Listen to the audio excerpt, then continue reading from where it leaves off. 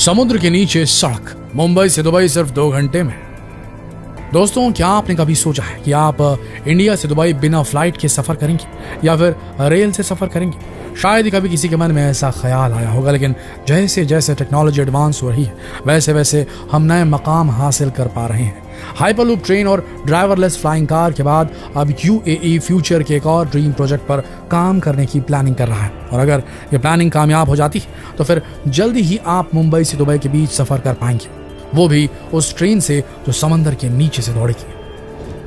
कहते हैं transportation is transformation, यानी अगर किसी देश या किसी इलाके को डेवलप करना तो वहाँ ट्रांसपोर्टेशन को डेवलप कर दीजिए, फिर देखिए वो देश या इलाका खुद ब खुद कैसे डेवलप हो जाएगा। वैसे भी आजकल तो ट्रांसपोर्टेशन एक अलग ही लेवल पर विकसित हो गया है, वरना कुछ साल पहले फ्लाइंग कार के बारे में कौन ही सोच सकता था भला। डेवलपमेंट की इस दौर में अब भारत भी तेजी से अपने कदम आगे बढ़ाने लगा है। मुंबई से अहमदाबाद के बीच बुलेट ट्रेन का काम इसी ओर भारत का एक कदम है, और सब कुछ ठीक रहा तो आने वाले वक्त में भारत का आम आदमी हाई स्पीड ट्रेन की मदद से मुंबई से दुबई तक का सफर भी कर पाएगा, वो भी महज 2 घंटे में। यहां तक तो बात फिर भी ठीक है, लेकिन जो बात सबसे ज्यादा हैरान करने वाली है वो ये है कि ये ट्रेन समंदर के भीतर से गुजरेगी, यानी ये under water high speed train होगी जो भारत को यूएई से जोड़ेगी। दोस्तों, ये ultra high speed under water rail network बनाने की बड़ी पहल हुई है यूएई की तरफ से। अबू धाबी में हुए इंडिया यूएई कॉन्क्लेव के दौरान नेशनल एडवाइजर ब्यूरो लिमिटेड के मैनेजिंग डायरेक्टर और चीफ कंसल्टेंट अब्दुल्ला अल शेही ने इसका खुलासा किया है। उनके मुताबिक ये रेल रूट करीब 2000 किलोमीटर का होगा, जो भारत के मुंबई और यूएई के फुजैरा शहर को आपस में कनेक्ट करेगा, वो भी अरेबियन सी के भीतर से होता हुआ। दोस्तों, ये एक मेगा प्रोजेक्ट है और बहुत महत्वाकांक्षी भी, क्योंकि एक बार ये प्रोजेक्ट तैयार हो गया तो फिर मुंबई से यूएई मात्र 2 घंटे दूर रह जाएगा।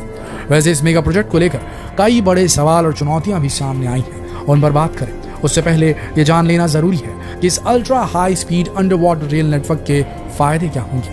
तो सबसे पहला फायदा तो यही होगा कि आम आदमी भी मुंबई से दुबई और दुबई से मुंबई का सफर कर पाएगा, वो भी महज 2 घंटे में। दोस्तों, ये प्रोजेक्ट एक पाथ ब्रेकिंग प्रोजेक्ट होगा, जिससे दोनों देशों के बीच ट्रेड के लिए सीधी कनेक्टिविटी हो जाएगी, क्योंकि इनके बीच गुड्स का ट्रांसपोर्ट बढ़ जाएगा। दोनों देशों के बीच इंपोर्ट एक्सपोर्ट आसान हो जाएगा। अगर ये प्रोजेक्ट कामयाब हो जाता है तो सबसे इंपॉर्टेंट ये होगा कि कच्चा तेल सीधे भारत पहुंचेगा। आज तेल की जो कीमतें हैं हमारे देश में, उसे देखकर समझना मुश्किल नहीं कि ये प्रोपोज्ड रेल रूट भारत के लिए कितना फायदेमंद हो सकता है। बदले में भारत से मीठा पानी सीधे दुबई तक पहुंचाया जा सकेगा। आज दुबई अपने पीने के पानी की जरूरतों को पूरा करने के लिए खारे पानी को मीठे पानी में बदलता है या फिर क्लाउड सीडिंग की मदद लेता है। इस काम में उसकी काफी दौलत खर्च होती है, क्योंकि ये प्रोसेस काफी महंगी है। लेकिन एक बार जो ये प्रोजेक्ट पूरा हो गया तो फिर भारत की नर्मदा नदी का मीठा पानी दुबई तक आसानी से एक्सपोर्ट हो जाएगा, यानी भारत को यहाँ कम कीमत पर कच्चा तेल मिल जाएगा, वहीं दुबई को कम कीमत पर पीने का पानी नसीब हो जाएगा। तो इस तरह इस प्रोजेक्ट से दोनों देशों का भरपूर फायदा होगा। अब जरा इस प्रोजेक्ट में आने वाली चुनौतियों पर भी गौर फरमा लेते हैं, क्योंकि ये मुद्दे भी काफी अहम होने वाले हैं। क्या होगा अगर समंदर में सफर के दौरान ये ट्रेन किसी हादसे का शिकार हो जाएगी? तब कैसे समंदर के भीतर लोगों तक मदद पहुंचाई जाएगी? क्या होगा अगर कोई प्राकृतिक आपदा आ जाए, यानी अगर सुनामी आ गई, फिर कैसे पानी के भीतर इस हाई स्पीड ट्रेन के मुसाफिरों को रेस्क्यू किया जा सकेगा? इन सवालों का जवाब तलाशना भी बेहद जरूरी हो जाता है। एक्सपर्ट्स मानते हैं कि 2000 किलोमीटर लंबे इस रेल रूट में दोनों देश बीच बीच में अपने चेक पॉइंट्स बना सकते हैं, ताकि अगर कोई हादसा हो जाए तो तुरंत ही लोगों तक मदद पहुंचाई जा सके। दूसरा ऑप्शन ये भी सुझाया गया है कि शुरुआत में कुछ सालों तक दोनों देशों के बीच इस रूट का इस्तेमाल सिर्फ गुड्स ट्रेनों के लिए किया जाएगा, ना कि किसी पैसेंजर ट्रेन के लिए। एक बार जब इस नतीजे पर पहुंच जाएं कि इस रूट पर ट्रैवल करना ठीक है, तब जाकर प्रॉपर टेस्टिंग के बाद इसे पैसेंजर ट्रेनों के लिए खोला जाएगा।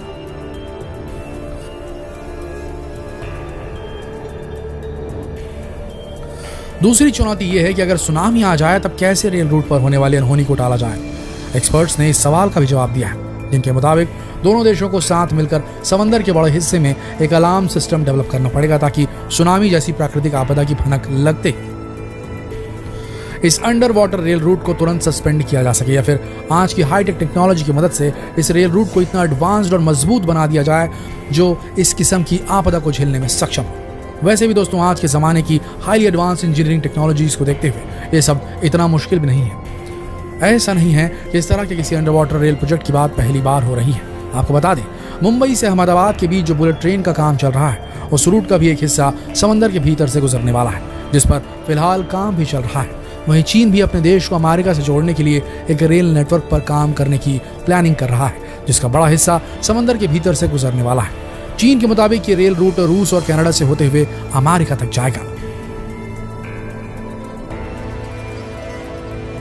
यहाँ दोस्तों, आपको तुर्की के इस्तांबुल जैसे शहर के बारे में भी जानना बेहद जरूरी है, जहां बन रहा यूरेशिया टनल आपको ये साबित कर देगा कि ultra high speed under water rail network कोई दिमागी फितूर नहीं जो पूरा नहीं हो सकता। दरअसल ये शहर यूरोप और एशिया के बीच एक कड़ी की तरह है जो इन दोनों कॉन्टिनेंट्स को आपस में जोड़ता है। हालांकि इसके लिए शहर में महज 2 सस्पेंशन ब्रिज है जिसके जरिए यूरोप और एशिया आपस में जोड़ते हैं, लेकिन यहाँ का हैवी ट्रैफिक लोगों का बहुत ज्यादा वक्त खराब करता है, जिससे ट्रेड में भी काफी नुकसान झेलना पड़ता है। बस इसी कमी को पूरा करने के लिए, इस परेशानी को दूर करने के लिए एक ऑल्टरनेटिव रूट बनाया जा रहा है जो अंडर वाटर ऑपरेट होगा। ये यूरेशिया टनल है, $1.25 बिलियन में बन रहा सुपर हाईवे जो करीब 1.5 घंटे की दूरी को महज 15 मिनट में समेट लेगा।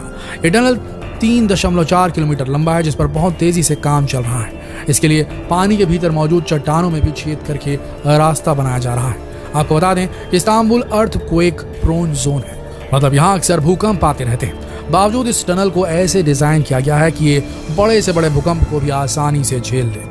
टनल को बनाने में जुटे इंजीनियर्स भी ये मानते हैं कि इस टनल को बनाने में जो टेक्नोलॉजी यूज की जा रही है वो भूकंप के फोर्स और सुनामी की तबाही को भी आसानी से झेल सकती है और टनल को इससे कोई नुकसान नहीं पहुंचेगा। दोस्तों, अगर तरक्की करनी है तो इमेजिनेशन के पार जाना ही होगा।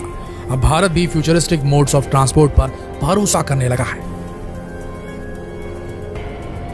ये समय की डिमांड भी है, क्योंकि अगर भारत को डेवलपिंग नेशन से डेवलप्ड नेशन की कैटेगरी में आना है तो नामुमकिन को मुमकिन करके दिखाना ही होगा। तो दोस्तों, आपकी क्या राय है इस बारे में? क्या भारत को मुंबई से दुबई को जोड़ने वाले इस रूट पर जल्द से जल्द काम शुरू करना चाहिए, या फिर इसमें आने वाली चुनौतियों को देखते हुए इसे ठंडे बस्ते में ही पड़े रहने देना चाहिए? अपनी राय हमें कमेंट करके जरूर बताइए। साथ ही साथ इस सवाल को और लोगों से पूछने के लिए इस वीडियो को ज्यादा से ज्यादा शेयर कीजिए। फिर मिलेंगे कल एक और दिलचस्प वीडियो में। तब तक के लिए आप सबका इस वीडियो के अंत तक बने रहने के लिए दिल से धन्यवाद।